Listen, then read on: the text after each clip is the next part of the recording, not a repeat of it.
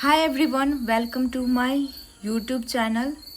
तो हम लोगों ने लगभग में 50 से ऊपर क्वेश्चन कर लिया है। अब जो है आगे का क्वेश्चन देखेंगे और आप लोग इस वीडियो को ज़रूर ध्यान से देखिएगा क्योंकि हम डेली का 20, 25, 30 क्वेश्चन कर रहे हैं। लगभग में 100+ क्वेश्चन करेंगे और ये सारे क्वेश्चन ऐसे हैं जो आपके एग्ज़ाम में पूछे गए हैं और आगे एग्ज़ाम में पूछे जाएंगे। तो इसीलिए कोई भी इस वीडियो को इग्नोर मत कीजिएगा और बहुत कम समय में आपका जनरल साइंस बहुत अच्छे से तैयार हो जाएगा। अगर आपको थोड़ा हिंदी इंग्लिश में प्रॉब्लम है तो आप बता दीजिएगा, लेकिन इतना हिंदी इंग्लिश तो चलता है। तो चलिए हम आगे का क्वेश्चन देखते हैं और आज का क्लास स्टार्ट करते हैं। तो क्वेश्चन देखेंगे, आपको बोर्ड पे दिख रहा है, which of the following is suitable to be use as a shaving glass. निम्नलिखित में से कौन सा एक जो है वो सेविंग, जिसको नहीं बोलते, इसका यहाँ पे हिंदी जो है वो गलत टाइप हो गया है। लिखित में से कौन सा एक जो है, तो ये जो है निम्नलिखित में से कौन सा एक जो दाढ़ी सेविंग की जाती है, जो नाई के पास बाल कटवाने के लिए जाते हैं, उसमें जो दाढ़ी जो काटी जाती है उसमें कौन सी लेंस होती है, तो सेविंग उस वाला वो सेविंग है। तो निम्नलिखित में से कौन सा ग्लास यूज किया जाता है, तो वो जो किया जाता है वो होता है कॉनकेव मिरर। वो कौन सा होता है, वो होता है कॉनकेव मिरर। तो अब हम देखेंगे next question. Nucleus is considered to be the, nucleus को माना जाता है suicidal bag, power house of the cell, kitchens of the cell and brain of the cell. यहाँ पे सेम नहीं होगा, सेल। तो न्यूक्लियस को क्या माना जाता है, तो उसको माना जाता है brain of the cell. Nucleus नहीं जानते होंगे तो ये देखिए, ये है एक सेल, सेल के अंदर एक होता है छोटा सा न्यूक्लियस और इधर बड़ा होता है सेल के अंदर साइटोप्लाज्म।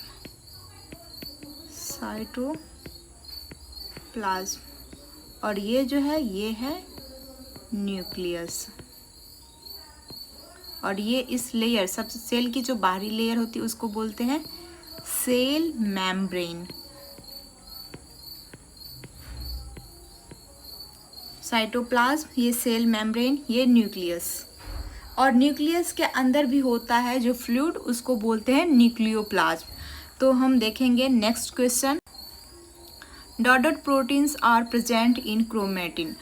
तो क्रोमेटिन में कौन सा प्रोटीन मौजूद होता है, वो जो क्रोमोसोम जो बंधा होता है, क्रोमेटिन जो बंधा होता है, जो क्रोमोसोम से जो बन के जो डीएनए होता है ना, डीएनए, क्रोमोसोम, ये सारे जो होते हैं, तो वो किससे, जो उसमें जो प्रोटीन होता है क्रोमेटिन में, वो प्रोटीन का नाम क्या है, तो उसमें होता है हिस्टोन्स प्रोटीन। उसमें कौन सा प्रोटीन होता है, हिस्टोन्स प्रोटीन।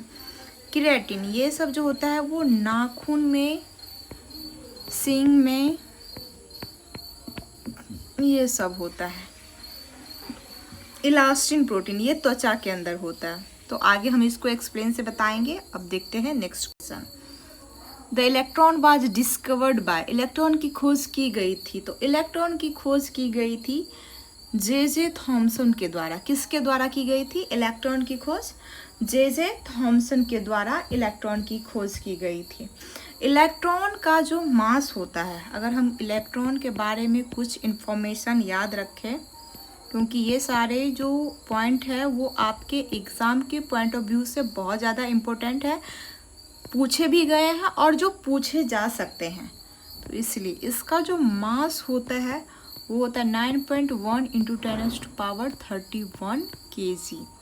किसका मास होता है, इलेक्ट्रॉन का मास होता है। इलेक्ट्रॉन पे जो चार्ज होता है वो कौन सा होता है, पॉजिटिव या निगेटिव। तो उस पे जो चार्ज होता है वो होता है निगेटिव। उसके बाद अगर हम बात करें इसका चार्ज होता कितना है, तो 1.6 इंटू 10⁻⁻19 कूलम के बराबर होता है। इसका जो नेचर होता है, किसका नेचर, इलेक्ट्रॉन का, ये होता है ड्यूअल नेचर। कौन सा, ड्यूअल नेचर। इसका जो नेचर होता है द्विप्रकृति होता है, एक होता है वेव नेचर और एक होता है पार्टिकल नेचर। मतलब तरंग की तरह भी, ये तरंग की तरह भी काम करता, और पार्टिकल मतलब कणीय प्रकृति भी इसके अंदर होती है। तो अब हम चलेंगे नेक्स्ट क्वेश्चन पे। इतना सारा चीज़ आपको इलेक्ट्रॉन के बारे में याद रखना है, ये पूछे भी गए हैं और पूछे भी जा सकते हैं ये सारे information. Cell theory was given by, cell सिद्धांत किसके द्वारा दिया गया था, सेल सिद्धांत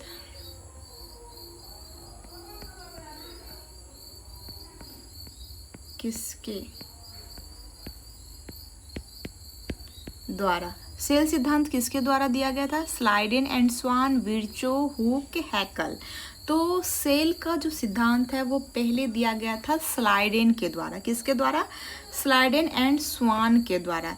ये जो थे वो जूलॉजी के वैज्ञानिक थे और स्लाइडेन जो थे वो बोटनी के थे। ये किसके थे, बोटनी के, और ये जो थे वो थे जूलॉजी के, स्लाइडेन एंड स्वान। तो इसमें हमको ध्यान रखने वाली बात है कि ये लोग जो खोज किए थे वो 1838 से 1839 के टाइम में किए थे, 1838 टू 1839।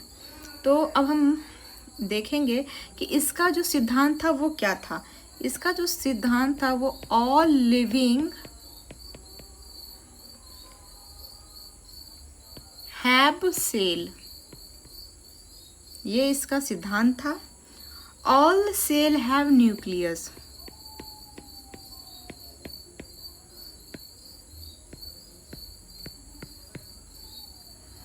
तो इसके भी अपवाद है।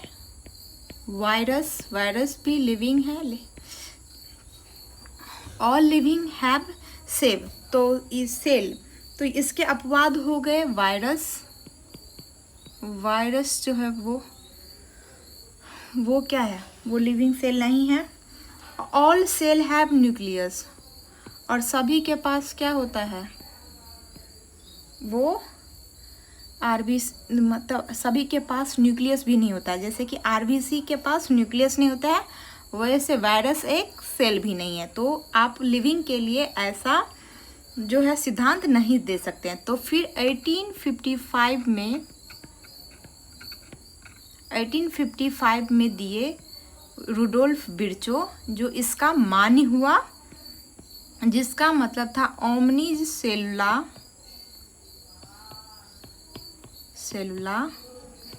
ई सेलुली, मतलब जो भी नए जो कोशिका है वो पुराने कोशिकाओं से बनते हैं, तो इसको मान किया गया। लेकिन अभी जो सेल थ्योरी वाज जो गिवन बाय है वो स्लाइडेन एंड स्वान, तो इसका जो आंसर होगा वो वही होगा, लेकिन ये फ्लॉप हो गया था। अब हम देखेंगे नेक्स्ट क्वेश्चन।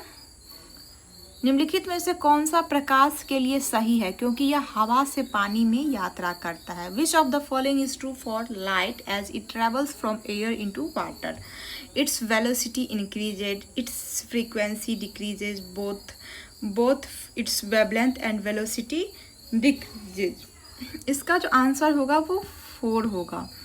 जब हवा से पानी में प्रकाश यात्रा करता है, मतलब एयर से कहाँ जाता है, एयर से कहाँ जा रहा है, वाटर में, मतलब क्या जा रहा है, रेयरर से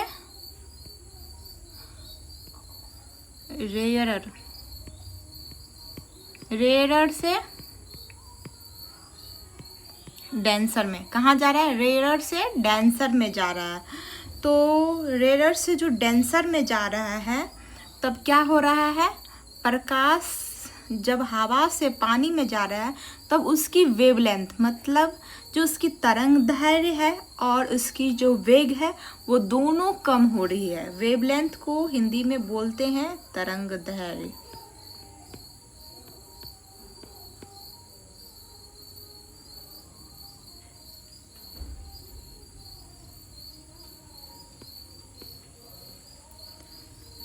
वेलोसिटी को बोलते हैं वेग। डिक्रीजेस मतलब कम, बोथ मतलब दोनों। अब हम देखेंगे next question, calculate the molecular mass of HNO3। HNO3 के आणविक द्रव्यमान की गणना करें। तो देखिए, अगर हम हाइड्रोजन की एटॉमिक मास की बात करें तो वो 1 होती है, नाइट्रोजन की एटॉमिक मास की बात करें तो वो 14 होती है, और O3 एक ऑक्सीजन का 16 होता है, तो 3 ऑक्सीजन का कितना होगा 16 प्लस 16 प्लस 16, तो 16 16 32 16 48। इस तीनों को हम क्या कर लेंगे, ऐड कर लेंगे, तो क्या होगा 8 4 12 1 13 और ये 6, तो 63 U के बराबर हो जाएगा। इतना तक समझ में आ गया। अगर हम H2O की बात करें तो हाइड्रोजन 2 है और 1 का होता है 1, तो 2 का हो जाएगा 2, और ऑक्सीजन का कितना होता है 16 होता है, तो 2 प्लस में 16 इक्वल्स टू 18। इतना तक समझ में आ गया। अब आप लोग मॉलिक्यूलर मास निकाल लोगे। तो हम देखेंगे नेक्स्ट क्वेश्चन, रदरफोर्ड अल्फा कण बिखर रहा है प्रयोग की खोज के लिए जिम्मेदार था। मतलब Rutherford alpha particle is scattering experiment. Rutherford का जो अल्फा कण का जो बिखरने वाला प्रयोग था वो किसके लिए किया गया था, तो एटॉमिक मास के लिए किया गया था। किसके लिए, अल्फा कण पर जो खोज की गई थी वो किसके लिए किया गया था, एटॉमिक मास के लिए किया गया था। अगर यहाँ पे हम प्रोटॉन की बात करें, किसकी बात, प्रोटॉन की बात करें, तो इसमें जो चार्ज होता है वो कैसा होता है, पॉजिटिव चार्ज होता है। इसका जो मास होता है वो 1.672 इंटू 10⁻⁻27 kg के बराबर होता है। कितना, -27 kg। इसकी जो खोज है वो किसने की थी, गोल्डस्टीन ने। किसने, गोल्डस्टीन ने। और फिर हम बात करते हैं इसका जो नामकरण था वो रदरफोर्ड ने किया था। किसने, रदरफोर्ड ने। इसका जो चार्ज होता है प्रोटॉन का वो होता है 1.6 इंटू 10⁻⁻19 कूलम के बराबर। तो अब हम देखेंगे नेक्स्ट क्वेश्चन, प्लांट सेल की रसोई है। मतलब प्लांट सेल की रसोई के नाम से किसको जाना जाता है, तो क्लोरोप्लास्ट। क्लोरोप्लास्ट क्या है, वो उसी के कारण क्या होता है, फोटोसिंथेसिस की जो प्रक्रिया होती है प्लांट्स के अंदर सनलाइट के प्रेजेंट में वो कंप्लीट होती है, फिर उसका भोजन तैयार होता है और फिर प्लांट के हर एक पार्ट तक क्या होता है, वह पहुंचता है। अब हम देखेंगे नेक्स्ट क्वेश्चन,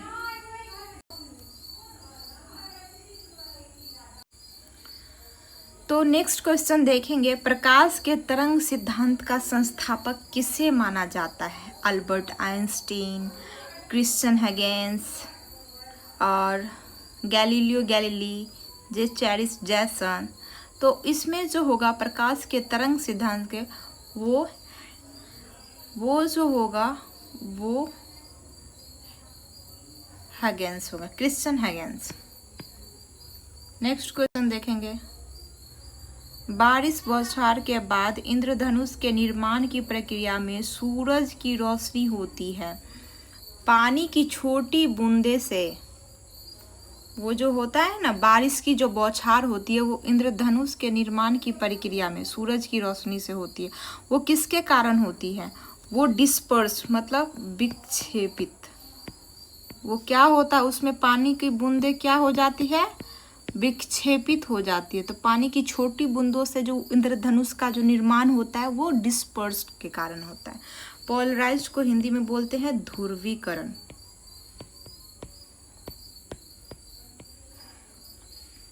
रिफ्लेक्टेड मतलब परावर्तित।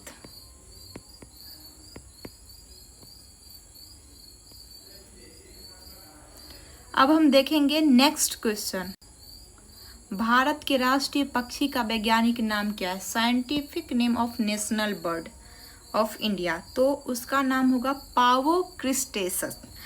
पावोक्रिस्टेटस ये ऑप्शन है।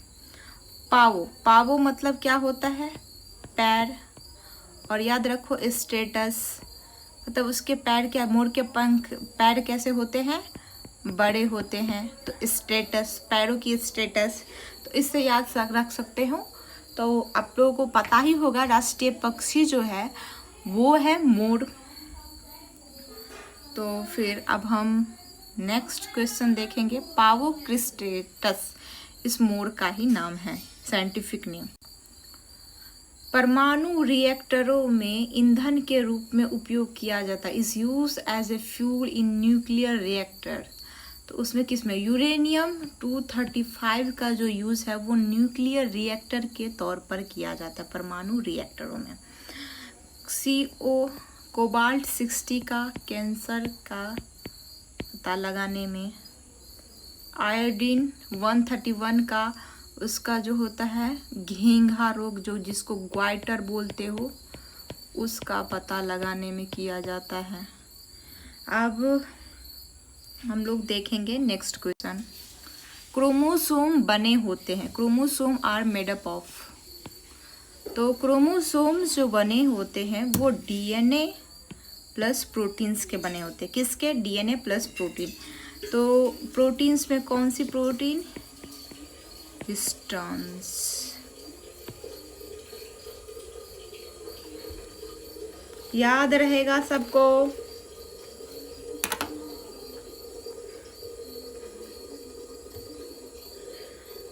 नेक्स्ट क्वेश्चन देखेंगे।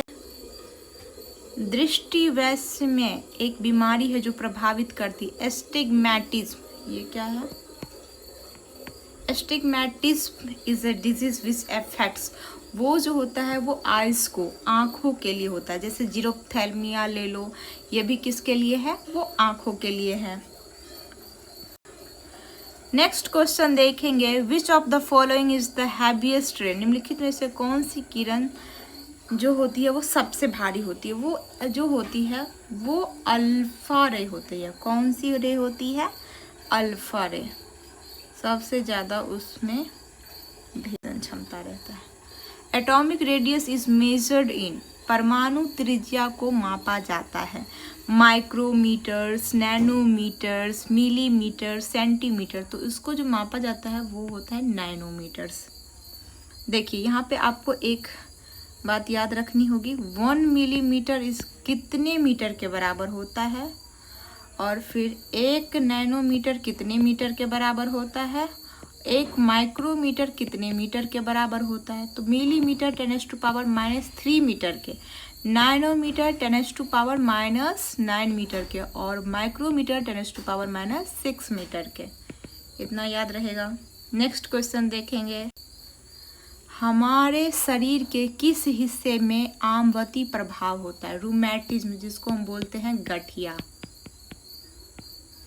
तो गठिया किससे है, वो जोड़ों से संबंधित है। उसमें क्या होते हैं, जोड़े काम नहीं करते, चलने फिरने में, हाथ वाथ उठाने में क्या होता है, दिक्कतें होती है, आदमी लोथ हो जाता है। पायरुवेट में डॉट में ग्लूकोज से बनता है। पायरुवेट का नहीं होगा, ये इसका जो हिंदी है वो थोड़ा गलत हो गया है। पायरुवेट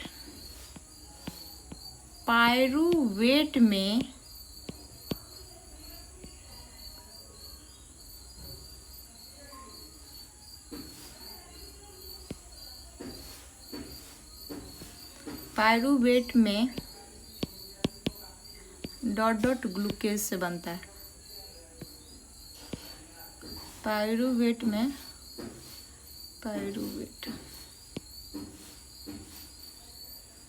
पायरुवेट जो होता है, सॉरी मैं एक ही बात को बहुत बार रिपीट कर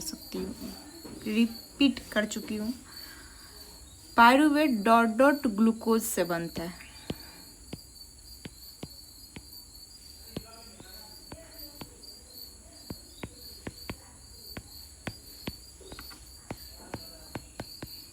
तो वो जो होता है माइटोकॉन्ड्रिया में, पायरुवेट डॉट में ग्लूकोज से बनता है। माइटोकॉन्ड्रिया में साइटोप्लाज्म, न्यूक्लियस, राइबोसोम। तो वो साइटोप्लाज्म के अंदर जो होता है वो पायरुवेट जो होता है वो ग्लूकोज से बनता है। नेक्स्ट क्वेश्चन देखेंगे। मूसा पैराडिस पैराडीसियाका को आमतौर पर किसके रूप में जाना जाता है? तो मूसा पैराडीसियाका वो जो है वो बनाना को कहा जाता है। क्यों? क्योंकि ये बनाना जो है वो क्या है, infertility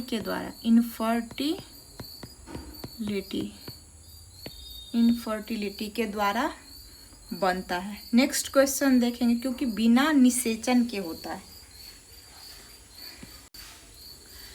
which of the following colours is not a primary colours? निम्नलिखित में से कौन सा रंग प्राथमिक रंग नहीं है? तो वो जो होगा वो ऑरेंज होगा, क्योंकि ब्लू, फिर ग्रीन, फिर रेड, फिर वाइट, फिर पर्पल, ये सब क्या है? ये सब है प्राथमिक रंग, और ऑरेंज प्राथमिक रंग क्या है? वो नहीं है। तो इतना आप लोगों को याद रहेगा। ये सारे क्वेश्चंस बहुत इंपॉर्टेंट है जो कि आपके एग्जाम में पूछे गए हैं और आगे भी पूछने की बहुत ज़्यादा संभावना है, तो इसलिए इसको अच्छे से रिवीजन करना है। निम्नलिखित में से कौन सा केवल पादप कोशिका में पाया जाता है? Plastids, vacuoles, centrosome, granules. ये जो प्लास्टिड्स होता है वो सिर्फ पादप कोशिका में पाया जाता है।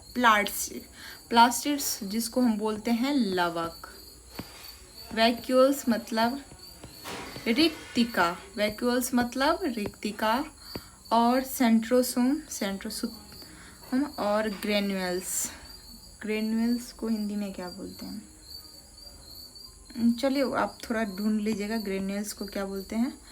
और तो यहाँ पे जो प्लास्टिड्स, ल्यूकोप्लास्ट, क्रोमोप्लास्ट और क्रोमोप्लास्ट, क्लोरोप्लास्ट, प्लास्टिड्स के 3 प्रकार होते हैं।